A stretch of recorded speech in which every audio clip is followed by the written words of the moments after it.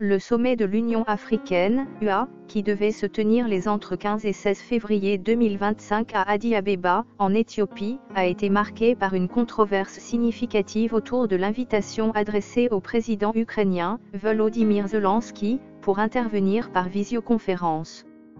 Cette invitation a suscité une réaction négative parmi plusieurs pays membres de l'UA, révélant les tensions diplomatiques et les dynamiques géopolitiques complexes qui animent le continent. L'invitation adressée à Zelensky est intervenue à la demande du président ukrainien lui-même, dans le cadre de ses efforts pour renforcer les relations diplomatiques avec les pays africains. Selon des sources web, cette invitation n'était pas une initiative spontanée de l'UA, mais plutôt une concession à la pression diplomatique de Zelensky. Cette décision a été perçue par certains comme une tentative de rallier le soutien africain à la cause ukrainienne dans le contexte du conflit avec la Russie, qui se poursuit depuis 3 années. La réaction initiale à cette invitation a été loin d'être unanime. Plusieurs États membres de l'UA ont immédiatement exprimé leur désapprobation. Les objections principales provenaient des pays ayant des liens historiques avec la Russie, notamment l'Angola. Ce pays, qui devait assumer la présidence tournante de l'UA le 15 février, a été particulièrement vocal contre l'invitation. Un diplomate angolais a même qualifié l'idée d'entamer la présidence avec un discours de Zelensky comme impossible, reflétant une opposition ferme à l'inclusion de Zelensky dans le programme du sommet. La controverse autour de l'invitation de Zelensky peut être attribuée à plusieurs facteurs.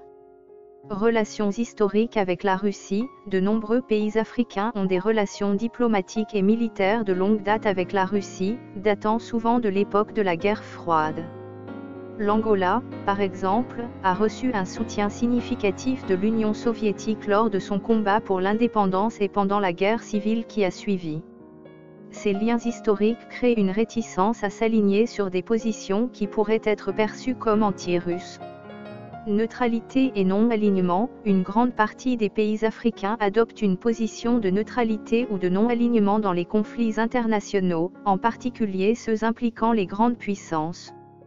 L'inclusion de Zelensky dans le sommet aurait pu être interprétée comme un soutien implicite à l'Ukraine, ce qui aurait pu compromettre cette neutralité. Priorité africaine, pour beaucoup de nations africaines, les enjeux internes comme la sécurité alimentaire, le développement économique et la paix régionale sont prioritaires. La présence de Zelensky, focalisée sur un conflit extérieur, pouvait être vue comme une distraction ou une tentative de détourner l'attention des problèmes africains. Diplomatie récente, les efforts récents de Zelensky pour renforcer les liens avec l'Afrique, notamment par l'ouverture de nouvelles ambassades, montrent une stratégie proactive de l'Ukraine pour influencer l'opinion et la politique africaine. Cependant, ces efforts sont perçus par certains comme opportunistes, surtout dans un contexte où les pays africains cherchent à naviguer entre les influences russes, occidentales et maintenant ukrainiennes. En raison de la controverse, il semble que l'intervention de Zelensky pourrait être annulée.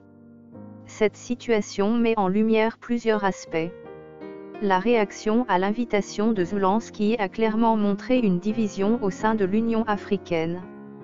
Les pays membres ne partagent pas une vision uniforme sur la manière de traiter avec les acteurs internationaux, surtout dans le cadre de conflits qui ne concernent pas directement le continent.